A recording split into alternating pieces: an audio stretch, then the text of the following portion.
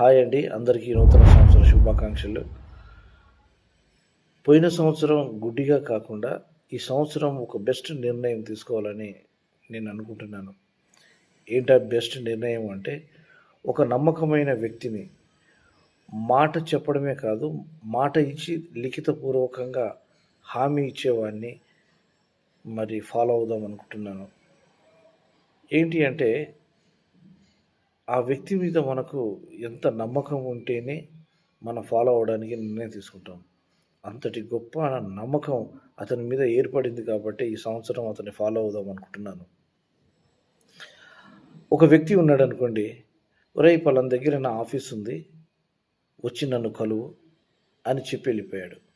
ఇంకో వ్యక్తి అన్నాడు, ఒరేయ్ నా దగ్గరికి రావాలంటే ఖాళీ చెప్తే నువ్వు రాలేవు, నేనే వచ్చి స్వయంగా నేను ఉండే స్థలానికి నేను తీసుకెళ్తాను అని అన్నాడు. ఈ ఇద్దరిట్లో ఎవరు బెస్ట్?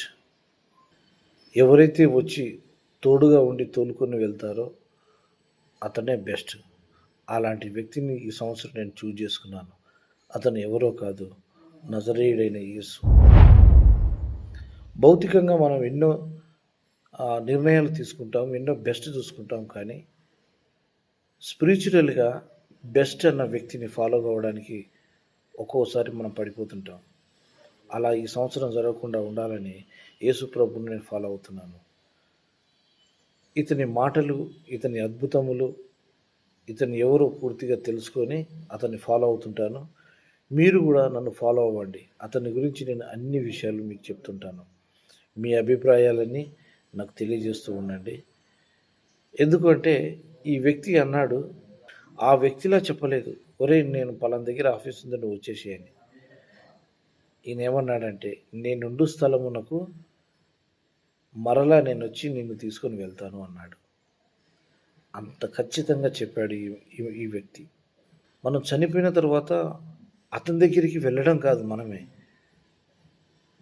అతనే వచ్చి మనల్ని తీసుకెళ్తాడు. అలాంటి నమ్మకమైన వ్యక్తిని ఈ సంవత్సరం నేను చూజ్ చేసుకున్నాను. మీరు కూడా ఈ సంవత్సరంలో బెస్ట్ వ్యక్తిని చూజ్ చేసుకొని మీ అభిప్రాయాలు, మీ ఆలోచనలన్నీ నాకు తెలియచేయండి.